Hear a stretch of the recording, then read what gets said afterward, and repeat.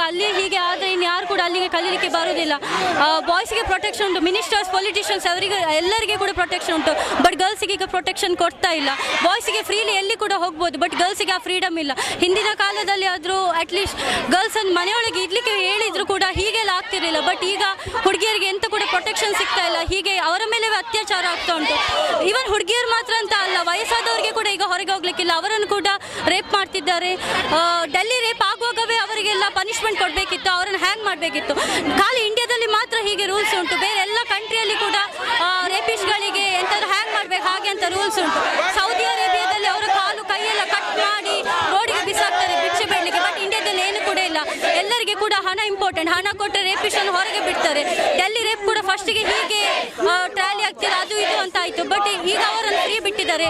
There is no more discussion, ಅದ್ರ ಬಗ್ಗೆ ಎಂತ ಡಿಸ್ಕಷನ್ ಆಗ್ತಾ ಇಲ್ಲ ಈಗ. ಬಟ್ ಇದು ಕೇಸ್ ಹಾಗೆ ಆಗಬಾರ್ದು. ಇದು ಕೇಸಿಂದ ಎಲ್ಲರಿಗೆ ಕೂಡ, ಹುಡುಗರಿಗೆ ಎಲ್ಲ ಬಾಯ್ಸ್ಗೆ ಕೂಡ ಬುದ್ಧಿ ಸಿಗಬೇಕು, ಅವರನ್ನು ಪನಿಷ್ ಮಾಡಬೇಕು. ಆಗ ಮಾತ್ರ ಎಲ್ಲರೂ ಕೂಡ ಹೆದರ್ತಾರೆ.